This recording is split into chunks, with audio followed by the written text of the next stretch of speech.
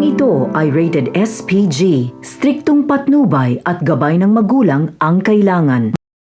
Mga kapamilya, sa patuloy na pakikipaghabulan ng mga parak kina Tanggol at Bubbles ay hindi naman inaasahang mapadpad sila sa mansyon ng mga Montenegro.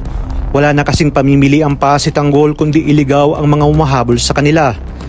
Batid niyang pag tumuloy pa siya ay tiyak na mas maraming hahabol sa kanila dahil sa mga checkpoint na nakapalibot sa buong Kamaynilaan dahil nga naka-high alert sila.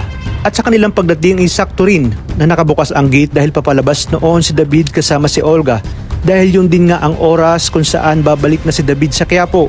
Ipinagwalang bahala ito ni na Olga at David dahil akala nila ay isa lang ito sa mga tao nila. Hindi nila namukaan sina Tanggol at Bubbles dahil naka-helmet nga ito. Sa hindi inaasahang pagkakataon, ay sakto rin na papalabas si Ramon ng opisina at hinahanap niya si Severino. Sinabi ni Bubbles kay Tanggol na mukhang kahina-hinala ang mansyon na kanilang napasukan dahil armado ito ng mga baril at madaming bantay.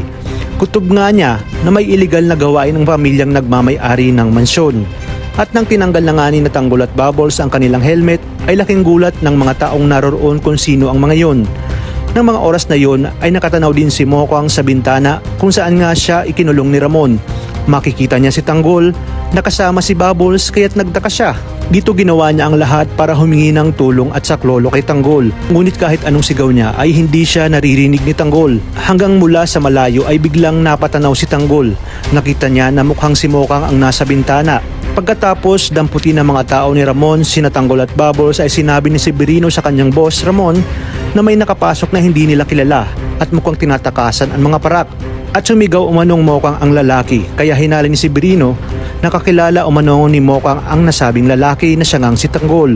Agad na sinabi ni Ramon na ihirap sa kanya ang mga ito. Dito na nga siya nabigla nang makita niya nang malapitan ang mukha ni Tanggol at nakaramdam siya ng lukso ng dugo. Sinabi ni Tanggol kung sino ito at bakit nila ikinulong si Mokang. Halos hindi makapagsalita si Ramon dahil hindi siya makapaniwala sa kanyang mga nakita. Binanggit naman ni Bubbles ang pangalang Tanggol na umalis na lang umano sila dahil paniguradong hinahanap na sila sa facility na mas lalong nagpagulat kay Ramon nang tawaging itong Tanggol ni Bubbles. Tinanong naman ni Ramon kung siya daw ba si Jesus Nazareno de Magiba. Agad na nagtaka si Tanggol at sinabi kung bakit siya nito kilala. Na siya ngang naging dahilan kaya't nakumpirma na ni Ramon na impostor ang Tanggol na ipinakilala sa kanya ni Olga. Tinawag niyang anak si Tanggol na siya namang ikinagulat ni Tanggol.